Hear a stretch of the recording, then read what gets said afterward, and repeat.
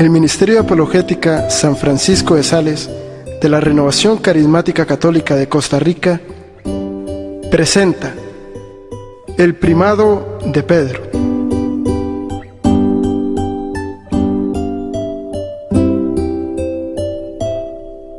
En el nombre del Padre, del Hijo y del Espíritu Santo. Amén. Padre Celestial, Padre amado, en esta noche maravillosa vamos a continuar, Señor, con este curso maravilloso que Tú nos quieres dar. Oh amado Dios, hoy permítenos meditar en el primado de Pedro.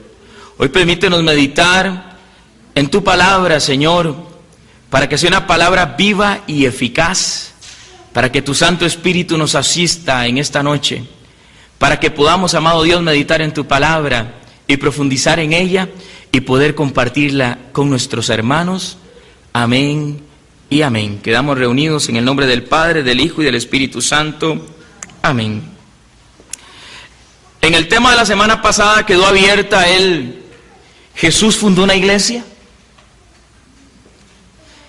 Este es el punto importante y vital del apostolado de Cristo Jesús. Muchos creyeron que Cristo vino solo para morir en la cruz, y que una vez que nos salvó con su muerte en la cruz, ese mismo momento entregó la Biblia, entregó el libro a Juan, el discípulo amado que estaba al pie de la cruz, y que entonces la autoridad de ahí en adelante iba a ser bíblica. Pero no es así. Cristo estuvo 3 años con sus discípulos.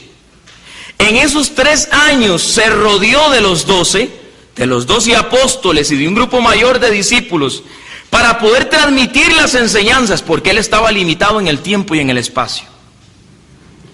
Él sabía que había venido solo para la Palestina, la tierra de Jesús, y que Él no iba a poder abarcar las Américas, que Él no iba a poder abarcar toda Europa.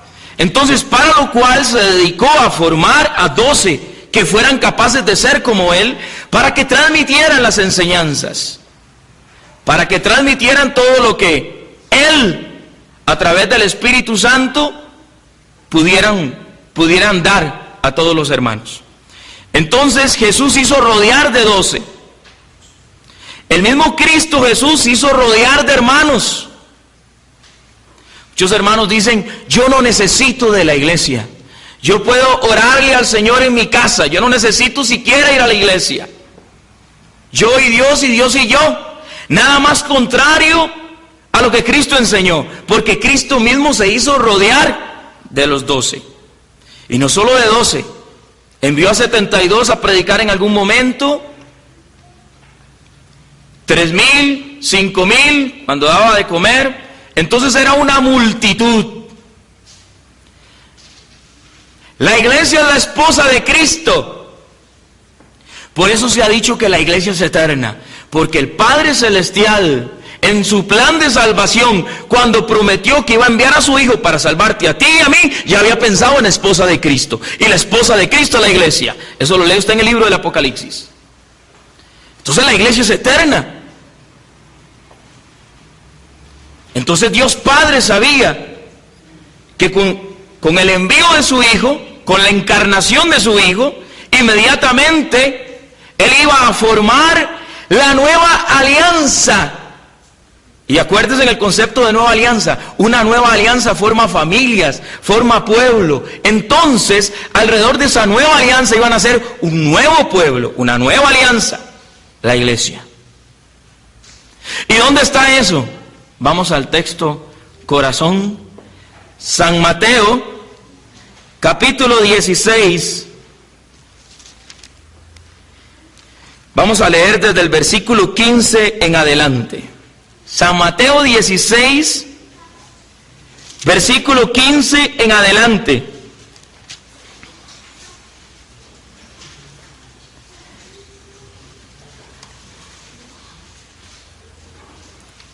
San Mateo 16, 15, yo quiero que vayamos ahí, ¿verdad? San Mateo 16, 15. Si me permiten, voy a leerlo de la versión Reina Valera, la Biblia más utilizada. dentro de los hermanos separados. 16:15. Y él les dijo: ¿y vosotros quién decís que soy yo? Respondió Simón Pedro, dijo: tú eres el Cristo, el Hijo de Dios viviente. Entonces le respondió Jesús: bienaventurado eres, Simón, hijo de Jonás, porque no te lo reveló carne ni sangre, sino mi Padre que está en los cielos. Y yo también te digo que tú eres Pedro, y sobre esta roca edificaré mi iglesia, y las puertas del Hades no prevalecerán contra ella. Otras versiones dicen: y las puertas del infierno no la vencerán. Y a ti te daré las llaves del reino de los cielos. Y todo lo que atares en la tierra será atado en los cielos. Y todo lo que desatares en la tierra será desatado en los cielos. Palabra de Dios. Cristo está fundando una iglesia. Tú eres Pedro, y sobre esta piedra edificaré mi iglesia. Nótese que no dice mis iglesias. Mis iglesias, una. Mi iglesia, una. Desde el principio, en el plan de Dios Padre para con su Hijo, es que tuviera una esposa, no muchas esposas. Una. Mi iglesia. Y le está cimentando sobre Pedro. Y la está cimentando sobre el Pedro. Por encima de todos los 12 o los 11 que quedaban, que en ese momento estaban reunidos ahí.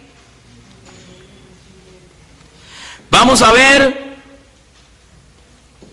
los textos que apoyan esta versión.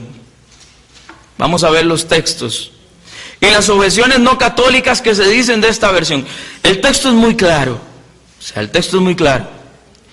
Un hermano no católico hace malabares para poder explicar este texto. Pero es que el texto es muy claro. Cristo le está diciendo a Pedro: tú eres Pedro, y sobre esta piedra edificaré mi iglesia. Una. Y las puertas del infierno no la vencerán. Va acompañado de una gran promesa que dice que las puertas del infierno no van a vencer a esa iglesia. Esa iglesia que recibió Pedro y que fue transmitida en sucesión apostólica hasta el 2000. Decir que esa iglesia se desvió, que Constantino la desvió, o que esa iglesia se desvió durante los años, es decirle mentiroso a Cristo, porque Cristo dijo que las puertas del infierno no la vencerían. Decir que la iglesia se desvió de la doctrina original de Cristo es decirle a Cristo mentiroso. Y Cristo hace una gran promesa: tú eres Pedro, y sobre esta piedra edificaré mi iglesia, y las puertas del infierno no la vencerán. Máxime que lo de Constantino fue en el año 317, que Constantino lo que hizo fue un edicto, el edicto de Milán, para darle la libertad de culto a los cristianos, porque hasta el año 317 los cristianos eran perseguidos por el Imperio Romano. Entonces Constantino, siendo emperador romano, al ganar la batalla y quedar de emperador de todo Roma, por una promesa que le hace al Señor Jesús, diciéndole que si ganaba esa batalla, él se convertiría al cristianismo. Ganó la batalla, se convirtió al cristianismo y le dio libertad de culto a los cristianos. Si fuese que la iglesia se desvió por Constantino, ¿Cómo se explican ustedes que nosotros compilemos la Biblia, demos el canon de la Biblia en el 383 y en el 397? 100 años después estamos diciendo que la Biblia es inspirada y los hermanos no católicos aceptan la Biblia católica. Entonces, ¿cómo vamos a creer que la iglesia se desvió en el 317 y vamos a aceptar la Biblia después? Es una contradicción. ¿Cómo vamos a creer cuando la iglesia define que Cristo es verdaderamente hombre y verdaderamente Dios y define la Santísima Trinidad? La iglesia define el dogma de la Santísima Trinidad y vamos a tomar una parte sí y otra parte no. Porque la palabra Santísima Trinidad no aparece ni una sola vez en la Sagrada Escritura. La iglesia lo define como un dogma. Y la Santísima Trinidad es aceptada por la mayoría de la cristiandad. Solo los hermanos que no son cristianos, como los testigos de Jehová, que no aceptan que Jesús es Dios. Que no son cristianos, no creen que Cristo es Dios. Fuera de allí, la mayoría de los no católicos aceptan la Santísima Trinidad. Vamos a ir directamente al texto. Directamente al texto. Número uno. Cristo le cambia el nombre a Pedro. ¿Cómo se llamaba? ¿Cómo se llamaba? Simón. Simón. En la Sagrada Escritura, cada vez que se le cambia el nombre, a un personaje bíblico, es porque Dios le tiene una misión, siempre. Génesis 17:5, no te llamarás más Abraham, sino que tu nombre será Abraham, pues padre de muchedumbre de pueblos te he constituido. Palabra de Dios. También en Génesis 35:10, díjole Dios, tu nombre es Jacob, pero ya no te llamarás Jacob, sino que tu nombre será Israel. Y lo llamó Israel. Jacob es suplantado por el nombre Israel, que significa el que prevalece con Dios. Y así puede encontrar usted muchos cambios de nombre. De Sara a Sarai. Y usted puede encontrar en toda la historia bíblica, acuérdense del principio, de que el Antiguo Testamento revela el Nuevo Testamento. Entonces el Antiguo Testamento está revelando que cuando Cristo le cambia el nombre a Pedro, le está dando una función. El nombre da a entender la función, el apostolado que va a ejercer ese hermano bíblico, ese personaje bíblico, al cual está cambiando el nombre. Entonces, cuando Cristo le cambia el nombre, ¿qué le cambia el nombre? De Simón a Pedro, a roca, a piedra. Entonces le está diciendo que Pedro va a ser la roca visible, el jefe. Y sobre esta piedra edificaré mi iglesia. ¿Deja de ser la iglesia de Cristo? ¿Deja de ser la iglesia de Cristo? No. ¿De quién es la iglesia? De Cristo. Él dice, sobre esta piedra edificaré mi iglesia. Es la iglesia de Cristo. Nunca dejará de ser de Cristo. Pero Cristo sabe que Él dentro de un tiempo se va a ir. Y como Él sabe que dentro de un tiempo se va a ir, entonces Él está dejando una cabeza visible como símbolo de unidad. Como símbolo de unidad. Los apóstoles inmediatamente comprenden este concepto. ¿Por qué? ¿Por qué? Porque Abraham es llamado piedra. Eso lo podemos leer en Isaías capítulo 51. El Antiguo Testamento, ¿qué decíamos? Prefigura el Nuevo Testamento. Isaías 51.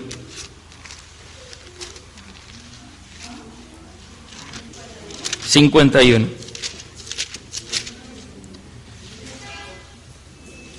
Me gusta más la traducción de la Reina Valera. Lo dice así: oídme, 51 versículo 1, oídme los que seguís la justicia, los que buscáis a Jehová.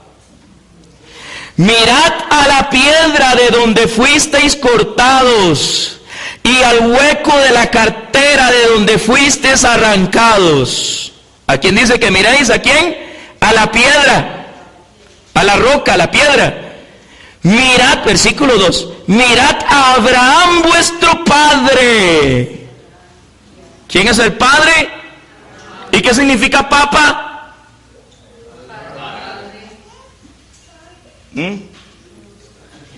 Mirad a Abraham vuestro padre y a Sara que os dio a luz. Ahí está prefigurada María también. Y a Sara que os dio a luz, porque cuando no era más que uno solo lo llamé y lo bendije y lo multipliqué. Palabra de Dios. Entonces los israelitas, cuando escuchan que Cristo le dice a Pedro piedra, inmediatamente saben que Abraham es el padre, es la roca. Entonces está poniendo a Pedro como roca, como piedra de la nueva iglesia, del nuevo pueblo, del pueblo de la nueva alianza. Y no se queda ahí. Y no se queda ahí. Vamos una vez más rápido a San Lucas.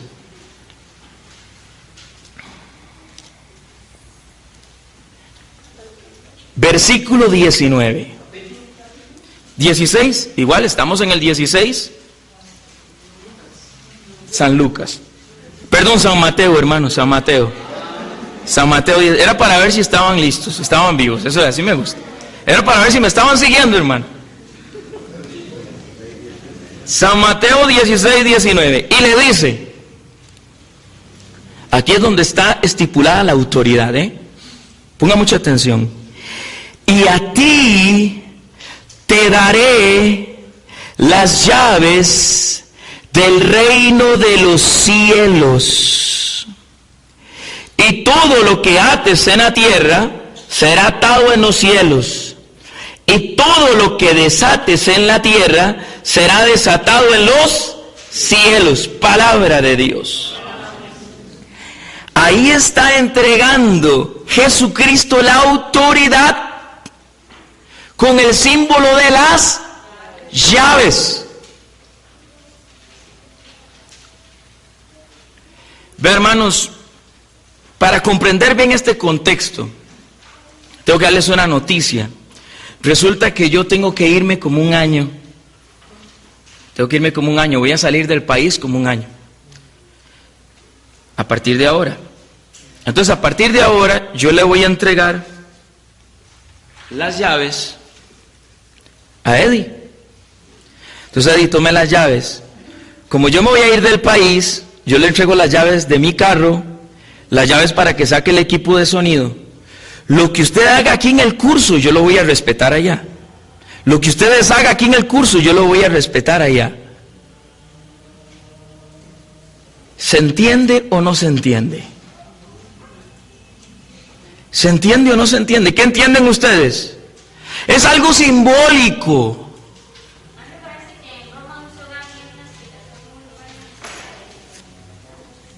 Lo de las llaves. Si yo le digo a Leito, Leito, les doy las llaves de mi carro, ¿qué le estoy diciendo? ¿Qué entienden ustedes si yo le doy a Leo las llaves de mi carro? Número 1, que tengo confianza. Número 2, que él va a poder usar el carro. Número 3, que va a poder subir al que le dé la gana y bajar también. Si yo le digo a Leo, Leo, le entrego las llaves de mi casa, ¿qué le estoy diciendo? ¿Ah? ¿Qué le estoy diciendo? Mire, Leito, yo confío en usted, yo me voy a ausentar, pero yo le dejo las llaves de mi casa. Y como yo le dejo las llaves de mi casa, él va a poder invitar a mi casa al que él quiera. Va a dejar entrar al que quiera y va a dejar salir al que quiera. Eso fue lo que hizo Jesús. Pero no le entregó ni las llaves del carro, ni las llaves de la casa, sino que le entregó: te daré las llaves del reino de los cielos. Perdón, ¿qué le entregó? Perdón, ¿qué le entregó? ¿Las llaves de qué? Del reino de los cielos. ¿Y cuál es el reino de los cielos? Oiga, el reino del Padre. El reino del Padre. El reino de los cielos. El paraíso. El cual llegó también a nosotros a través de Jesucristo. Jesucristo dice: el reino de los cielos ha llegado a vosotros. Y Cristo le está diciendo a Pedro que le da las llaves del reino de los cielos. Y le aclara de una vez: y todo lo que desatares en la tierra será desatado en los cielos. Y todo lo que atares en la tierra será atado en los cielos. ¡Qué poder! ¡Qué poder! Ahorita vamos a tocar sobre la infalibilidad del Papa, más adelantito. Pero le está entregando el poder. Lo que usted haga, Leito, yo le entrego las llaves de mi casa. Haga lo que le dé la gana. Lo que usted haga, yo lo voy a respetar. Cristo está diciendo eso. Cristo está claramente diciendo eso. ¿Dónde están esas llaves prefiguradas? Vamos a ver si lo encontramos fácilmente en Isaías. El Antiguo Testamento revela el Nuevo Testamento. Los hermanos no católicos dicen: ese es un texto oscuro, porque esas llaves no aparecen en ningún otro lado. Pero el Antiguo Testamento está prefigurando el uso de las llaves. Y vamos a leerlo rápidamente. Me sigo manteniendo en la versión Reina Valera. Isaías 22:22. Isaías 22:22.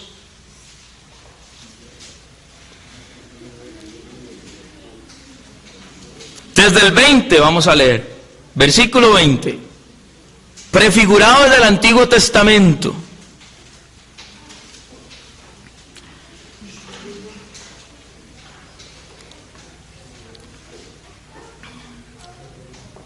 En aquel día llamaré a mi siervo Eliaquín, hijo de Hilcías, y lo vestiré de tus vestiduras y lo ceñiré de tu talabarte, y entregaré en sus manos tu potestad, y será padre al morador de Jerusalén. ¿Qué significa papa?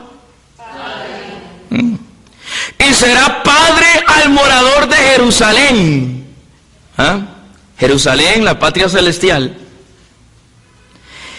Y a la casa de Judá. Y pondré la llave de la casa de David sobre su hombro. Y abrirá y nadie cerrará. Y cerrará y nadie abrirá. Palabra de Dios. Eliaquín es el primer ministro de la casa del rey David. El primer ministro actúa en nombre del rey. El primer ministro tiene las llaves de la ciudad de Jerusalén. Y ese primer ministro permite entrar al que él le parece y permite salir al que él quiera. La función de primer ministro no acaba. Se puede destituir el primer ministro, pero siempre vendrá un sucesor del primer ministro. Todo reino tiene un primer ministro. Y ese primer ministro es de confianza del rey, al que se le ha entregado las llaves, se le ha entregado la autoridad. ¿Está o no está prefigurado del Antiguo Testamento? Entrega las llaves a A quien dejes entrar, quien dejes salir, abrirá o cerrará. Entonces, los apóstoles entienden claramente que Pedro es el jefe y tiene la autoridad.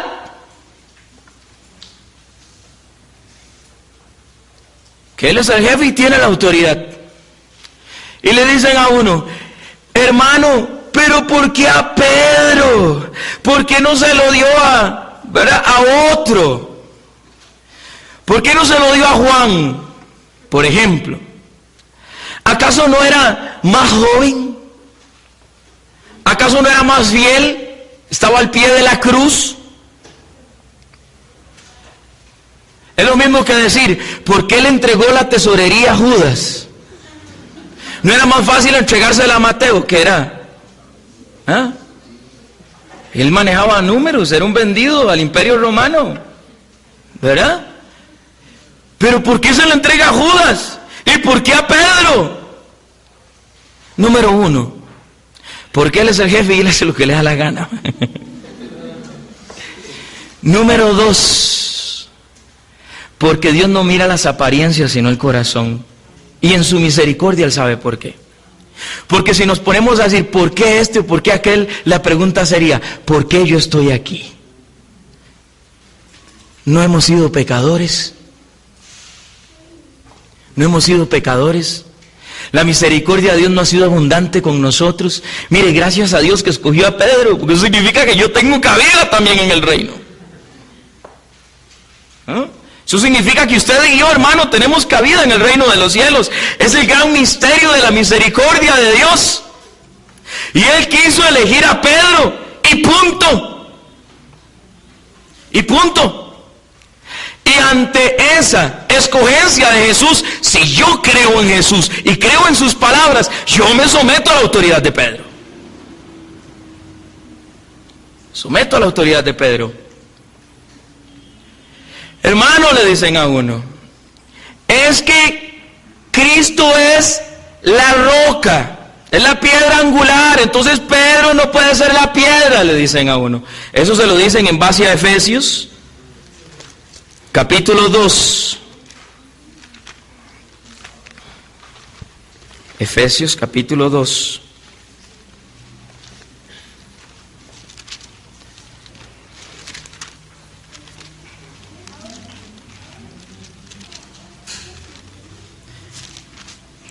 Que yo en esta me pierdo un poquito más. Uso mal la otra. Efesios 2, 20. Oiga lo que dice. Edificados sobre el fundamento de los apóstoles y profetas, siendo la piedra, la principal piedra del ángulo, Jesucristo mismo, en quien todo el edificio bien coordinado va creciendo para ser un templo santo del Señor, en quien vosotros también sois juntamente edificados para morada de Dios en el Espíritu, palabra de Dios. Efesios 2:20. Número 1. Vea cómo empieza el versículo. Edificados sobre el fundamento de los apóstoles. O sea que los apóstoles tienen la autoridad. La iglesia es apostólica. Eso lo vamos a ver la próxima semana en las características de la iglesia. Segundo, que aquí es donde se confunden los hermanos no católicos, siendo la piedra principal del ángulo Jesucristo mismo. Cristo sigue siendo la piedra principal. Sigue siendo. En ningún momento Él dijo, tú eres Pedro y tú serás la piedra principal. No, la piedra principal sigue siendo Jesucristo. Pero Él delega su poder porque Él sabe que en 3 años a Él lo van a matar. Entonces Él entrega su poder sobre la piedra visible. Pero la iglesia sigue siendo de Jesucristo. Jesucristo lo dice, mi iglesia. Él lo que hace es delegar la autoridad. Delegar la autoridad. Y entonces, se ve claramente que no está diciendo que Él es la piedra principal. La piedra principal sigue siendo Cristo y Él confía, y Él confía en los hombres. Importante. Dios quiere salvar al hombre a través del hombre. Eso es importantísimo. Eso es lo que los hermanos no católicos no han comprendido. Dios quiere salvar al hombre a través del hombre. ¿Cierto o no? Él pudo haber mandado a predicar ángeles. Él pudo haber constituido un ángel como piedra de la iglesia. ¿Sí o no? Claro. Pero Él confía en los hombres. La salvación de la humanidad está en tus manos y en mis manos, hermano. Entonces Él delega la autoridad. Él delega la autoridad sobre Pedro. Y eso se ve fácilmente desde el Antiguo Testamento. Desde el Antiguo Testamento se ve fácilmente. Vamos rápidamente, hermanos, al libro del Ezequiel del Ezequiel. Salud, hermano. Ezequiel, capítulo 34.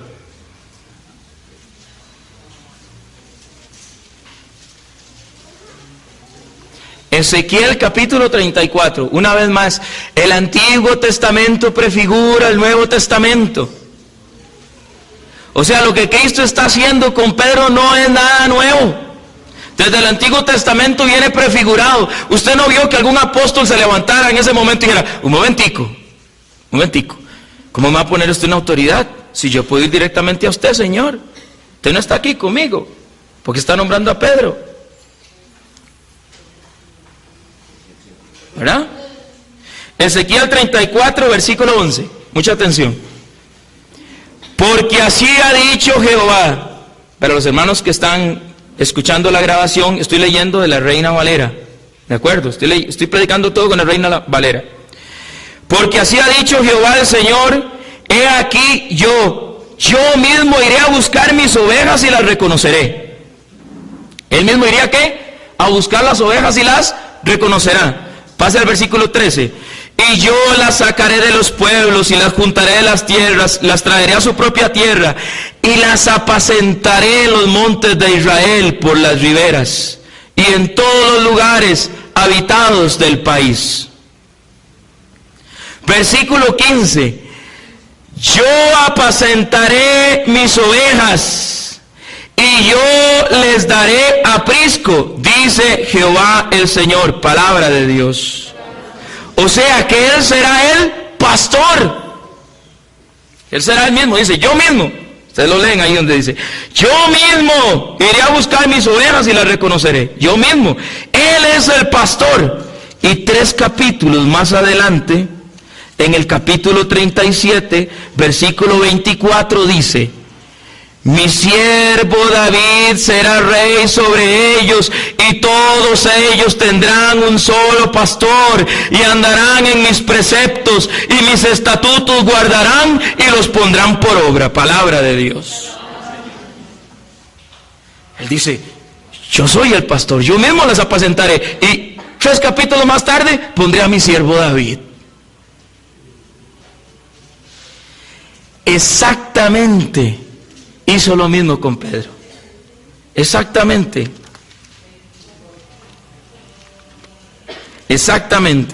Usted lo puede leer.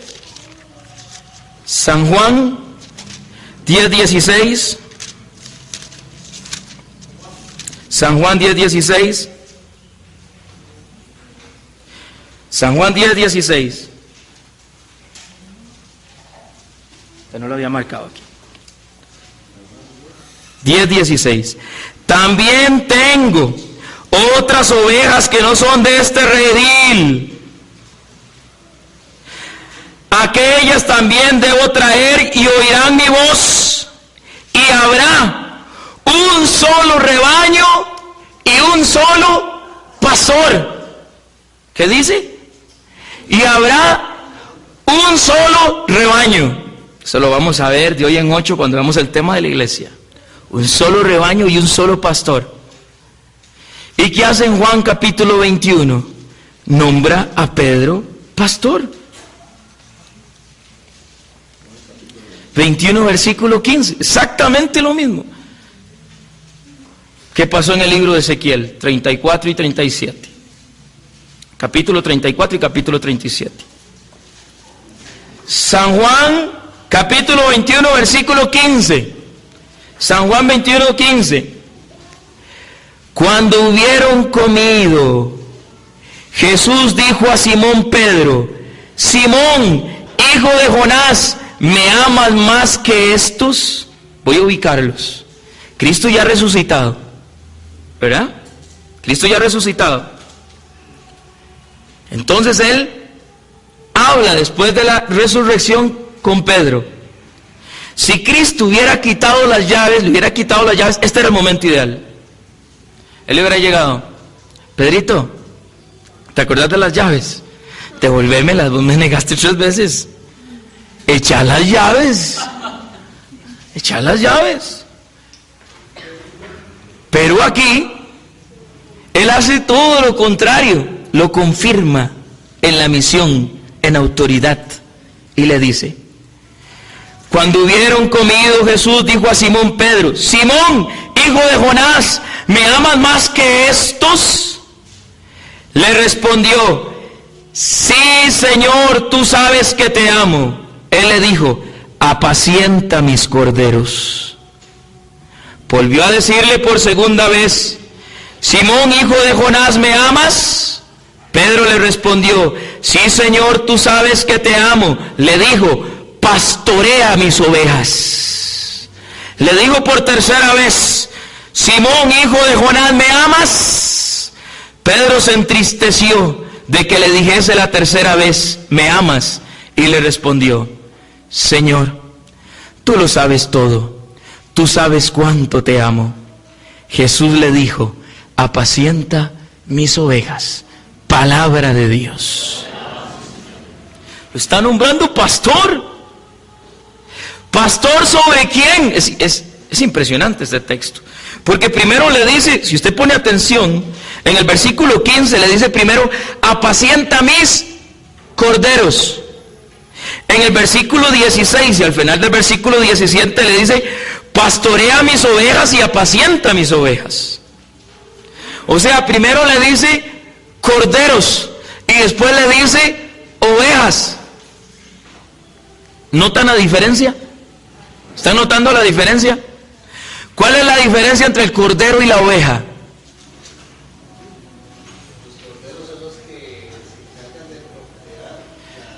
Los corderos son los machos de la manada. Los machos de la manada son los encargados de reproducir a la manada. Entonces Cristo le está diciendo claramente a Pedro que Él sea pastor sobre los que reproducen a la nueva manada, al nuevo rebaño, o sea, sobre el resto de los apóstoles, y a la vez sobre las ovejas. Las ovejas es todo el pueblo de Dios. Así que está claro, no hay pierde. Si usted quiere ser consecuente con la palabra de Dios, debe de reconocer que Cristo instituyó un jefe que le dio autoridad por encima de todos los apóstoles, y a esa autoridad le entregó el reino, la iglesia, para que ate y desate. Vamos una vez más rapidito a San Mateo capítulo 16. Entonces, ¿qué dicen los hermanos no católicos? Lo primero que dicen es: esas llaves, hermano, lo que simboliza es que Dios le dio la autoridad para poder abrir el evangelio a los gentiles. Eso es lo que le dicen a uno. Sí. O sea, para poder abrir el evangelio a los gentiles. Los gentiles, todos los que no eran pueblo judío, eran gentiles. O sea, ustedes y yo, todo el pueblo.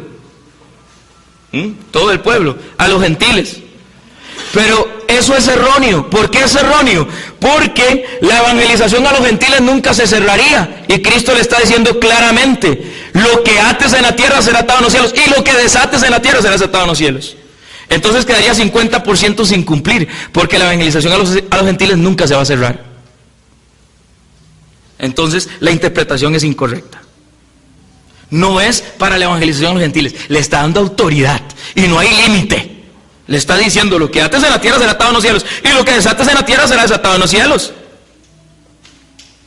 Lo otro que dicen es que Cristo le dijo a Pedro: tú eres Pedro, y sobre esta piedra, señalándose a sí mismo, y sobre esta piedra edificaré mi iglesia. Número uno, está sacando un texto de contexto, entonces tiene un pretexto. ¿Por qué? Porque es claro. Cristo se dirige a Pedro y le dice: yo también te digo, tú eres Pedro, donde edificaré mi iglesia. A ti te daré. Todo lo que tú atares será atado en los cielos. Todo lo que tú desatares será desatado en los cielos. Entonces, eso sería forzar el texto a decir lo que no dice. Él se está dirigiendo a Pedro y le está diciendo: el Señor no es un Señor de confusión. Yo le dije a un pastor evangélico: usted estaba ahí, usted vio cuando Jesús dijo: tú eres Pedro y sobre esta piedra edificaré mi iglesia. No estaba ahí. No estaba ahí. No podemos forzar el texto a decir lo que no dice. Es ir en contra de la palabra de Dios. Segundo, y esto es importante, aquí mi hermanita es donde vamos a... Ellos dicen lo siguiente: en la traducción griega, Cristo le dice a Pedro: tú eres Petro, y sobre esta Petra, edificaré mi iglesia. Petro, si viene nuestro Señor, nos arrodillamos, le adoramos, le glorificamos, aleluya. Petro, en la traducción griega, Petro significa roca pequeña. Y la traducción de Petra significa roca grande. Entonces los hermanos no católicos dicen: ve, ahí está, porque le está diciendo: tú eres Petro, es una roquita chiquitica, y sobre esta Petra, que es una roca enorme, edificaré mi iglesia. Primero, número uno, no sé qué quieren decir con eso, la verdad. O sea, sea una roca pequeña o una roca grande, todos tenemos bien claro que Cristo es la piedra angular, que Cristo es la piedra, eso está claro. Y sea que le esté diciendo a Pedro roca pequeñita o roca grande, no significa que le esté dando más o menos autoridad. La autoridad está simbolizada en las llaves. Así que, parte sin novedad. Sin embargo, la traducción original del Evangelio de Mateo no fue en griego, sino que fue en arameo. Y como fue en arameo antiguo, las palabras que salieron de Cristo no fueron Petro ni Petra, sino que Cristo le dijo a Pedro: tú eres Kefa, y sobre esta Kefa edificaré mi iglesia. Y Kefa es piedra. Kefa es piedra. Así que no hay tal. Recuerden que el Evangelio de Mateo, como fue destinado al pueblo de Israel, al pueblo judío, entonces Mateo lo escribió primero en griego. ¿Se acuerdan lo que les dije la semana pasada? Y después lo pasó a la traducción griega.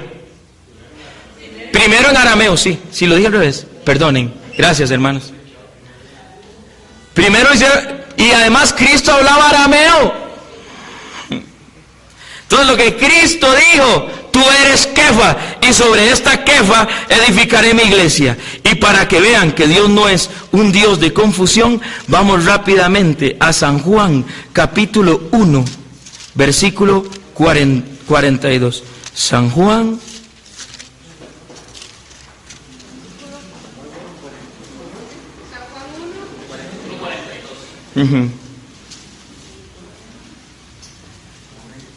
Estoy leyendo una vez más de la traducción evangélica Reina Valera. 1:42. Y le trajo a Jesús, voy a leer desde el 40. Andrés, hermano de Simón Pedro, era uno de los dos que había oído a Juan y había seguido a Jesús. Este halló primero a su hermano Simón y le dijo: hemos hallado al Mesías, que traducido es el Cristo.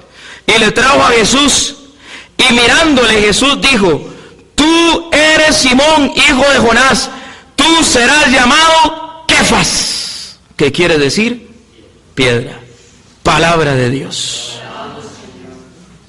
Kefas. San Juan capítulo 1 versículo 42. San Juan 1:42.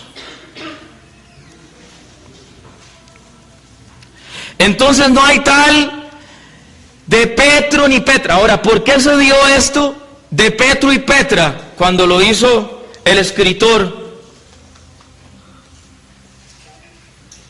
Cuando lo tradujo el escritor, porque él no iba a decir Petro es masculino y Petra es femenino. Entonces, él sintió que era incorrecto decir, tú eres Pedro, tú eres piedra, y sobre esta piedra edificaré mi iglesia. ¿Me entiende? Entonces, para poder acomodar el texto que rimara, dijo, tú eres Pedro y sobre esta Petra, entonces hizo la traducción. Sobre esta Petra edificaré mi iglesia. Por eso se da la diferencia en el griego. Pero no porque Cristo no le hubiera llamado Kefas. En arameo Kefas, que significa piedra. ¿Está claro? ¿Entendieron los apóstoles esta autoridad? Claro que sí. Vamos a ir rápidamente a Marcos 3:16-19. 3:16-19. 16-19. Vamos a leer primero Lucas, se me escapaba un detalle, una cita que no les di. San Lucas 22:31-32. Aquí vamos a ir un poquito más rápido. Ah, no, sí tenemos tiempo, ¿verdad? Sí, vamos bien, vamos bien. San Lucas 22:31-32. Ya aquí me paso a la versión Jerusalén. San Lucas 22:31-32. Hermanos, ¿quedó claro eso de Petro y Petra? Eso es importante, porque eso se lo van a preguntar fijo, fijo, y se lo van a decir fijo.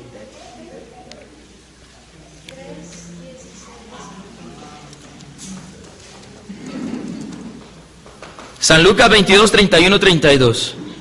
Vea lo que le dice Jesús, una vez confirmando la misión. Le dice, mira, Simón, Simón, mira que Satanás ha solicitado el poder cribaros como trigo. O sea, probar, cribaros como trigo. Pero yo he rogado por ti, para que tu fe no desfallezca. Esto es antes de morir. Cristo sabiendo que Pedro lo va a negar, ¿verdad? Y tú, cuando hayas vuelto, confirma a tus hermanos. ¿A quién le dice eso Jesús? A Pedro. Esto es bien claro, hermanos. Ustedes saben que Satanás, ¿a quién es el que quiere botar? A la cabeza. Satanás sabe que quita la cabeza del pueblo de Dios, que se trae abajo a un sacerdote, que se trae abajo a un predicador, que se trae abajo a alguien eminente de la iglesia. Él sabe que con eso muchas ovejas se van a perder. Entonces Satanás va, Satanás va y pide para poder zarandear a Pedro. Y Jesucristo se lo dice, mira que Satanás ha solicitado poder cribaros, pero yo he rogado por ti, le dice el Señor. He rogado por ti, para que tu fe no desfallezca. Y cuando tú hayas vuelto, porque él sabía que lo iba a negar. Cuando haya vuelto, confirma a tus hermanos. Y vea, que se le aparece primero a Pedro. Eso se cumple en 1 Corintios 15:5. Pablo, hablando de las resurrecciones, después de la resurrección de Cristo, dice que se apareció a Cefas y luego a los 12. ¿A quién confirma primero? A Cefas, a Pedro, a Kefas, a la piedra. Primera de Corintios, capítulo 15, versículo 5. Secretaria, tome nota. Primera de Corintios, capítulo 15, versículo 5. Siendo otro se le aparece y le dice, devuélveme las llaves. Iba a contar un chiste, pero no puedo, se está grabando. No puedo, se lo pierden, hermanos. Se lo pierden. Marcos 3, 16, 19, no puedo. Después llega la charla al obispo y me echa. No, vamos a contarlo. Monseñor Hugo Barrantes, lo amo, con todo el corazón. Pero usted sabe por qué negó Pedro a Jesús. Porque le sanó a la suegra. Le sanó a la suegra, dice, me sanaste a la suegra, entonces lo negó 3 veces. No es cierto. No es cierto. Las suegritas que tanto amo yo, mi suegrita vale lo que pesa en oro, que quede grabado, No era miedo al obispo, era miedo a la suegra. Marcos 3, 16, 19. Vea cómo lo narran los evangelistas, los evangelistas dice, instituyó a los 12 y puso a Simón el nombre de Pedro. Vea que lo aclara el evangelista cuando da la lista. Y puso a Simón el nombre de Pedro, a Santiago el de Zebedeo y a Juan el hermano de Santiago, a quienes puso por nombre Boanerges, es decir, hijos del trueno, a Andrés, Felipe, Bartolomé, Mateo, Tomás, Santiago el de Alfeo, Tadeo, Simón el cananeo y Judas el Iscariote, el mismo que lo entregó. ¿A quién puso primero el evangelista cuando narra la lista? A Pedro.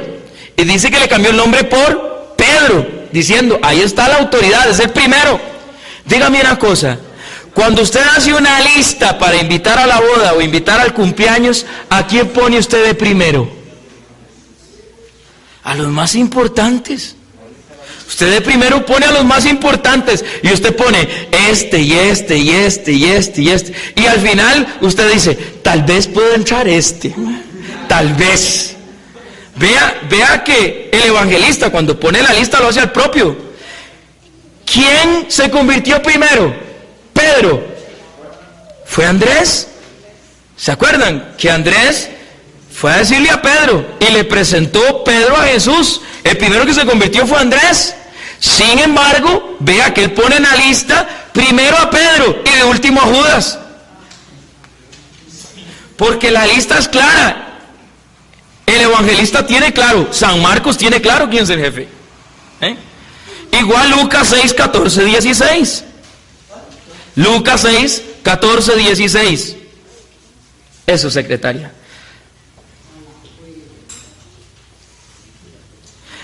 A Simón, a quien llamó Pedro, y a su hermano Andrés.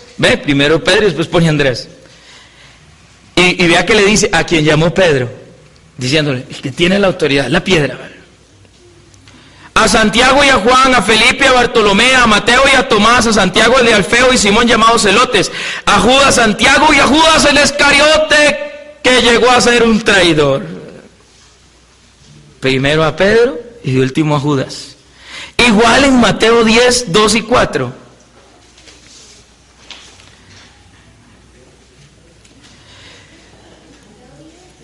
Mateo 10, versículo 2 y versículo 4.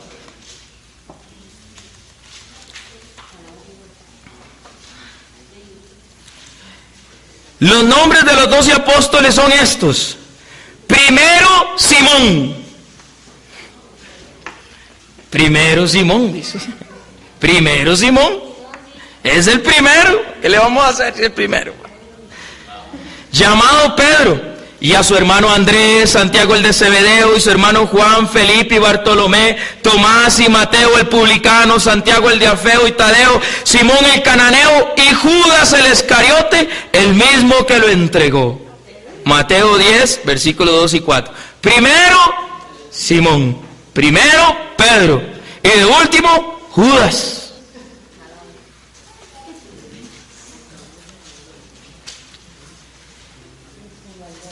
Pablo reconoce la autoridad apostólica. Pablo mismo reconoce la autoridad apostólica. Gálatas 2, versículos 9 y 10. Y reconociendo la gracia que me había sido concedida. Gálatas 2, versículo 9 y versículo 10. 9 y 10. Y reconociendo la gracia que me ha sido concedida, Santiago, Cefas y Juan, que eran considerados como columnas, nos tendieron la mano en señal de comunión a mí y a Bernabé. Nosotros nos iríamos a los gentiles y ellos a los circuncisos. Solo que nosotros debíamos tener presente a los pobres, cosa que he procurado cumplir con todo esmero. Él reconoce la autoridad apostólica y él dice que las columnas Santiago, Cefas y Juan. Reconoce, ¿verdad? Santiago es el obispo de Jerusalén. Él lo pone de primero. Él varias veces sube a Jerusalén. Él es el obispo de Jerusalén. Y el obispo de Roma, Pedro. La sucesión apostólica es constatable en esta iglesia. Usted puede ir a cualquier libro de historia cristiana. Inclusive yo tengo un libro de historia cristiana evangélica. Y entonces ahí viene primero Pedro, después vienen todos los demás. ¿Cuál era el segundo nombre? Se me olvidó. Lino, Pedro, Lino, Clemente, y ahí van.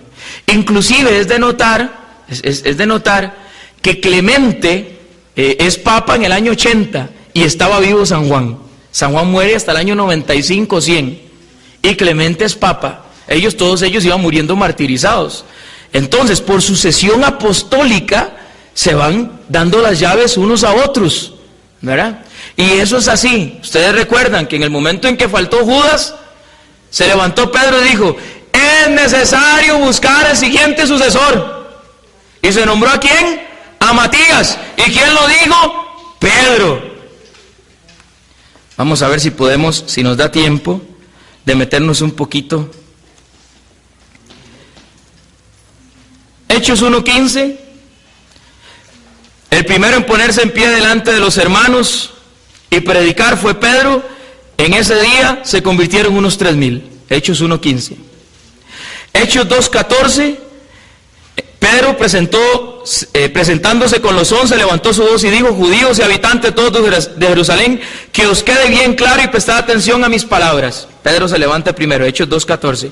Hechos 3:6. Pedro le dijo: no tengo plata ni oro, pero lo que tengo te lo doy. En el nombre de Jesucristo Nazareno, ponte a andar. El primer milagro obrado por los apóstoles, el primero fue por Pedro. Bueno, ya sabemos, Cristo a través de Pedro, Hechos 4:8. Entonces Pedro, lleno del Espíritu Santo, les dijo: jefes del pueblo de Dios y ancianos. Empieza a agarrarse con los del Sanedrín. Hechos 5:3. Pedro le dijo: Ananías. Eso lo vamos a leer. Eso es bueno. Vamos a Hechos capítulo 5. Eso es bueno.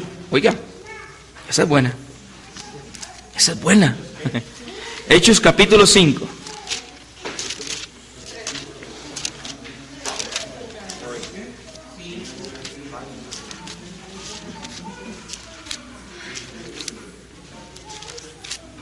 Hechos capítulo 5, versículo 3.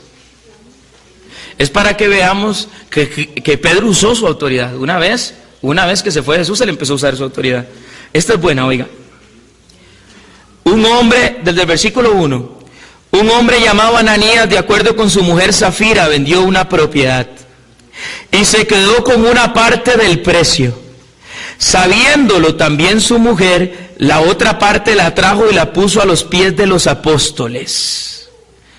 Pedro le dijo: Ananías, ¿cómo es que Satanás se adueñó de tu corazón para mentir al Espíritu Santo y quedarte con parte del precio del campo? ¿Es que no era tuyo mientras lo tenías y una vez vendido no podías disponer del precio? ¿Por qué determinaste en tu corazón hacer esto? No has mentido a los hombres sino a Dios. Al oír Ananías estas palabras, cayó y expiró, cayó muerto. Y un gran temor se apoderó de todos cuantos le oyeron. Versículo 6. Se levantaron los jóvenes, le amortajaron y le llevaron a enterrar. Unas 3 horas más tarde entró su mujer que ignoraba lo ocurrido. Pedro le preguntó, dime, ¿habéis vendido el campo en tanto? Ella respondió, sí, en eso. Y Pedro le replicó, ¿cómo os habéis puesto de acuerdo para poner a prueba al Espíritu Santo? Poner a prueba a la iglesia es poner a prueba al Espíritu Santo. Mira, aquí a la puerta están los pies de los que han enterrado a tu marido. Ellos te llevarán también a ti. Y al instante ella cayó a sus pies y expiró. Palabra de Dios. ¿Están o no está haciendo uso de las llaves? Por el amor de Dios. ¿Ah? Por el amor de Dios. ¿Ah? Ahí está la autoridad. Inmediatamente, de una vez. Mentirle a los apóstoles era mentirle a la iglesia, mentirle al Espíritu Santo. Y Pedro se para con toda la autoridad que él tiene y manda a 2 al otro lado. Tremenda autoridad.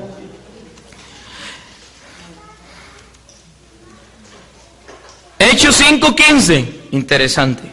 Hasta el punto que incluso sacaban los enfermos a las plazas y los colocaban en lechos y camillas, para que al pasar Pedro, siquiera su sombra cubriese a alguno de ellos.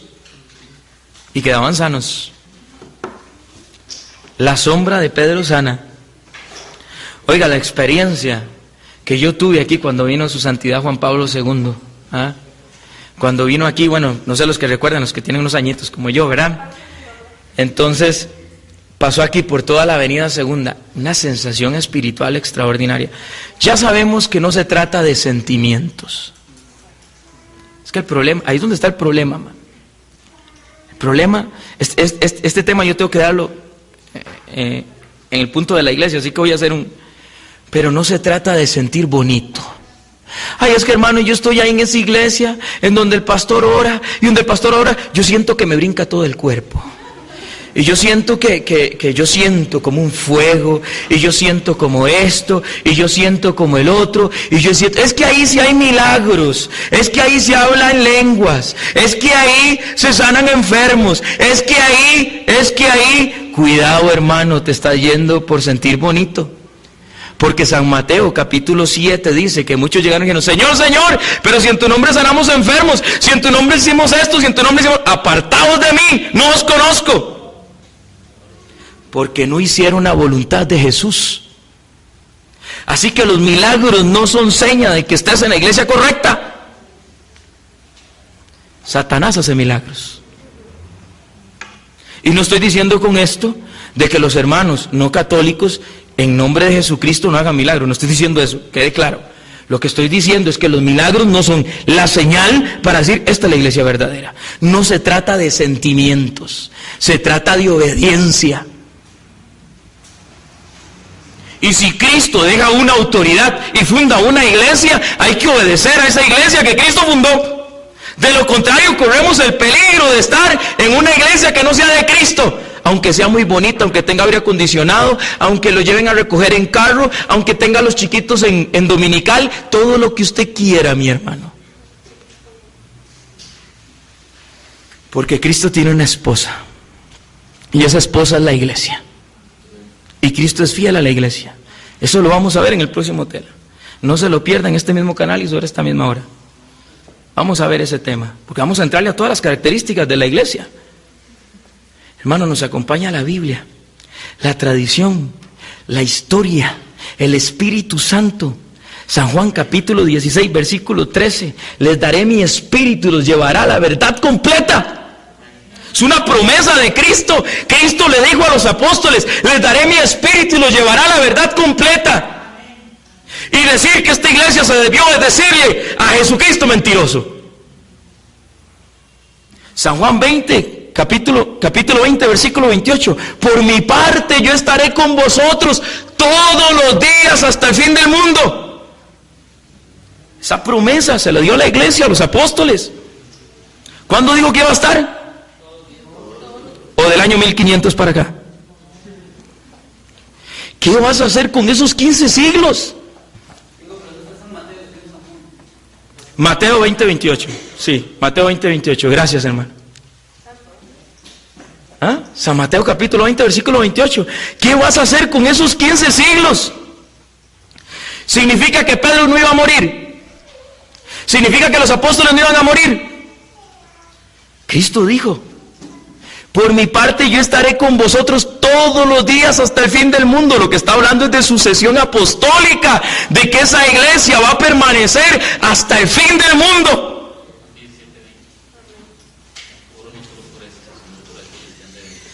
Es que esa la tengo para la próxima también. San Juan 17. Hermanos, la evidencia es abrumadora. La evidencia es abrumadora. Podemos tratar de ignorar la escritura, ignorar la historia, ignorar la tradición. Puede hacer que tú tengas dudas de esta iglesia. Puede hacer. Pero esta es la iglesia que Cristo fundó. Si tienes dudas, ven y estudia. Ven y estudia. Porque en esta iglesia, dice Efesios 1:20, se da gloria a Dios en la iglesia. En esta iglesia está la plenitud de la verdad. Efesios 1:20, Efesios 3:20. Y eso lo podemos ver en la próxima. Es que ya me estoy metiendo en el tema la otra semana. Ya me emocioné, hermano. Mejor seguimos aquí, hermano. Pero, hermano, no podemos. Si queremos ser fieles a la palabra de Dios y a Cristo el Señor, hermano, hay que obedecer. El principio de obediencia es fundamental. De obediencia es fundamental. Cristo sabía que tenía que dejar una autoridad que interpretara la Sagrada Escritura. ¿Qué tal? Les voy a poner un ejemplo. ¿Qué tal que nosotros tengamos las leyes de Costa Rica, todas las leyes de Costa Rica, y que nosotros digamos que el espíritu de Benito Mora, ¿cómo era? ¿El presidente? Juanito Mora. Me quedé en historia, hermano. Que el espíritu de Juanito Mora los acompañe.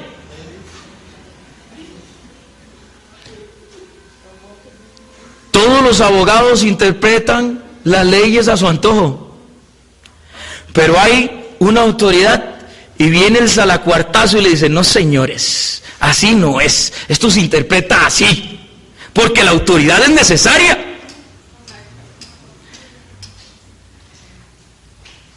¿Qué hubiera pasado si Cristo da la Biblia? Bajándose de la cruz nomás, resucitando, le dice: tome, aquí está la Biblia.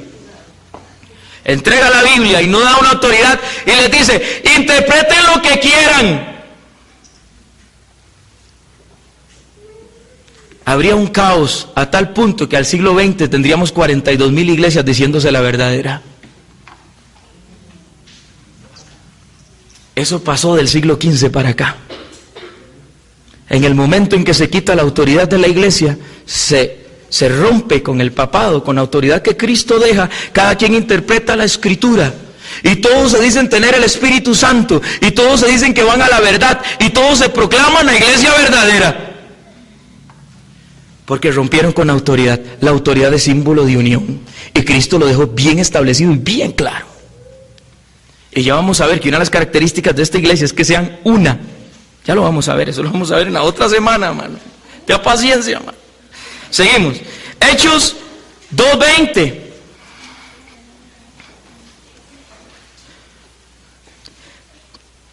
Pedro le contestó: vaya tu dinero a la perdición y tú con él. Pues has pensado que el don de Dios se compra con dinero. Hechos 2:20. Hechos 2:20. Cuando él reprende a Dimas, ¿cómo se llama?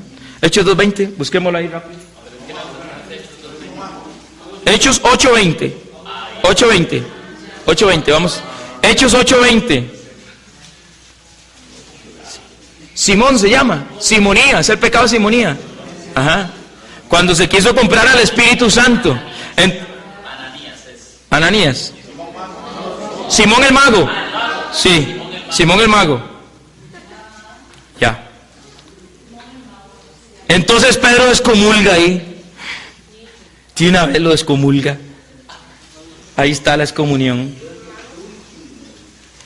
Hechos 9:40. Pedro hizo salir a todos, se puso de rodillas y oró. Después se volvió al cadáver y le dijo: Tabita, levántate. Ella abrió sus ojos y al ver a Pedro se incorporó. La primera resurrección de un muerto después de Cristo la hace Pedro. Hechos 10:13-14. Y una voz le dijo: levántate, Pedro, sacrifica y come. Pedro contestó: de ninguna manera, Señor, jamás he comido nada profano o impuro. Palabra de Dios.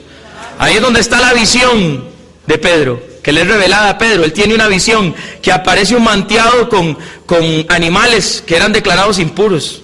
Había chancho, qué rico. Seguro venía con chicharrones y todo. Venía chancho y venían todos los animales. Y entonces el Señor le dice a Pedro: Pedro, come. Le dice: Señor, yo no he comido nada profano. Y le vuelve a decir: no llames profano lo que Dios ha santificado. Entonces le revela a Pedro de entrada, la evangelización a los gentiles. Los gentiles, ¿se acuerda que Jesucristo vino primero al pueblo de Israel? Y que los gentiles no eran tomados como parte del pueblo. Ahí es donde se abre la evangelización, por una revelación que Cristo le da a Pedro. Inmediatamente él va a la casa de Cornelio, que es un gentil, y no han ni terminado de predicar y ya el Espíritu Santo se ha derramado y empiezan a hablar en lenguas y empieza toda una manifestación del Espíritu. Entonces él dice: ¿qué es esto? Que los gentiles también reciben el Espíritu de Dios. Entonces él es el primero, ¿verdad?, para la discusión que se presenta en Hechos 15, en donde dice que hemos decidido el Espíritu Santo y nosotros no imponeros más cargas que estas indispensables. Hechos 15:28. Nótese que Pedro no sacó la Biblia.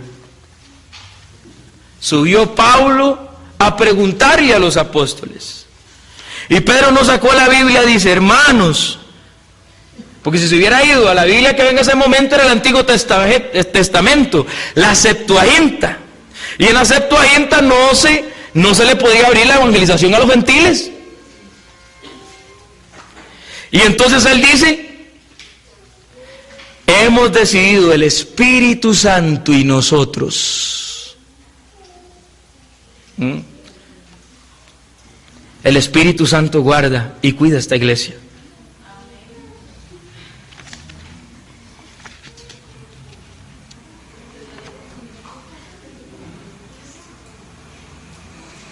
San Clemente murió, padres apostólicos. San Clemente murió alrededor del 80 después de Cristo. 20 años antes, San Clemente, el tercer papa de la iglesia, 20 años antes de que muriera el apóstol San Juan. Aunque San Juan vivía en Éfeso, que estaba mucho más cerca de Corinto que Roma, los corintios apelaron al obispo de Roma porque él tenía las llaves de la autoridad. El Papa Clemente escribió a la iglesia de Corinto: ustedes, por tanto, que pusieron los cimientos de la rebelión, sométanse a los presbíteros y reciban el castigo con arrepentimiento, doblando las rodillas en el espíritu de humildad. En el 80 después de Cristo. Vuelve a decir: si alguien desobedece las cosas que se le han dicho por aquel a través de nosotros, vea que lo está hablando Clemente, y está vivo San Juan, y él se cuenta como parte del colegio apostólico del Papa, el sucesor de Pedro. Han dicho por aquel a través de nosotros, que sepan que se involucran en transgresiones de no poco peligro. San Clemente de Alejandría en el año 80. San Irineo de Lyon. Es que yo lo digo San Irineo de Lyon, y no es así. para que aprendamos todos, Es San Ireneo. San Ireneo de Lyon.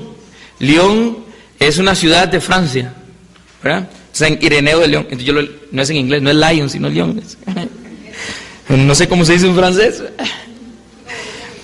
San Ireneo fue obispo de Lyon cerca del año 180 al 200 después de Cristo. Es considerado uno de los más grandes teólogos de la época posapostólica inmediata. En su obra Contra los herejes, San Ireneo hace el siguiente comentario acerca de la iglesia de Roma y los sucesores de Pedro. Pero, ¿cómo sería muy largo enumerar en tan pequeño volumen como las sucesiones de todas las iglesias? Confundiremos a todos aquellos que en cualquier manera, ya sea por autosatisfacción o por vanagloria o por ceguera y opinión maliciosa, se juntan en otros lugares donde no es apropiado. Al señalar aquí las sucesiones de los obispos de la más grande y más antigua iglesia conocida por todos, fundada y organizada en Roma por los dos más gloriosos apóstoles, Pedro y Pablo, esa iglesia que tiene la tradición y la fe, que nos viene después de haber sido anunciada a los hombres por los apóstoles, porque por esta iglesia, por su origen superior, todas las iglesias deben aceptar, o sea, todos los fieles del mundo, y es en ella que todos los fieles, donde quiera, han mantenido la tradición apostólica. Inmediatamente San Ireneo comienza a nombrar todos los sucesores de Pedro hasta ese momento, hasta el año 180.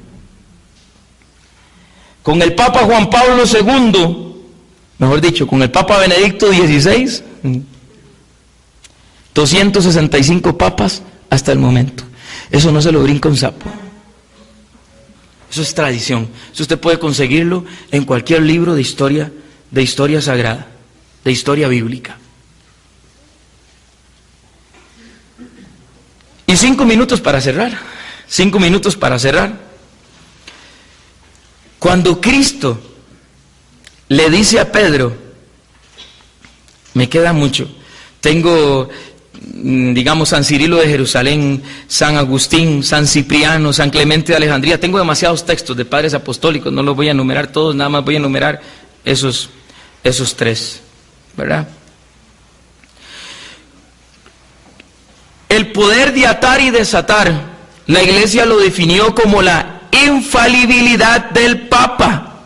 Infalibilidad del Papa. Infalibilidad no significa impecabilidad. ¿Está claro? Es que los hermanos no católicos creen que nosotros decimos que el Papa no peca. Y no, hermanos, el Papa se confiesa. Como usted y yo nos confesamos. El Papa se confiesa. Infalibilidad significa que cuando Pedro hace uso de la autoridad que Cristo le ha dado en fe y moral, o sea, en doctrina y en moral única y exclusivamente, cuando él dice, en nombre del Espíritu Santo, haciendo uso de las llaves y define un dogma, toda la Iglesia universal lo cree y punto, se acabó. ¿Por qué? Porque Cristo lo dijo. Lo que ates en la tierra será atado en los cielos, lo que desates en la tierra será desatado en los cielos. Hermano, ¿cómo se le ocurre? A mí no, fue a Jesucristo el que se le ocurrió. A mí no fue. A la iglesia no fue. Fue a Jesucristo. Por eso cuando el Papa habla ex cátedra, o sea, él va a definir un dogma de fe, hace uso de las llaves y define el dogma de fe. Por supuesto que el dogma de fe no puede estar en contra del depósito de la fe, de la tradición apostólica. No puede estar en contra. De hecho, un papa no puede venir a contradecir una definición dogmática de siglos pasados. O sea, que venga un papa hoy y diga, ya no hay Santísima Trinidad. No se puede. Tiene que ir conforme al depósito de la fe. Y esta iglesia es la que tiene la verdad. Primera de Timoteo 3:15, porque la iglesia es columna y fundamento de la verdad. Palabra de Dios. En el nombre del Padre, del Hijo y del Espíritu Santo. Amén. Para mayor información, visite la página www.conociendolaverdad.org y a los teléfonos 22 21 55 81 o 22 23 91 90. Para llamadas desde el exterior, agregue el número 506.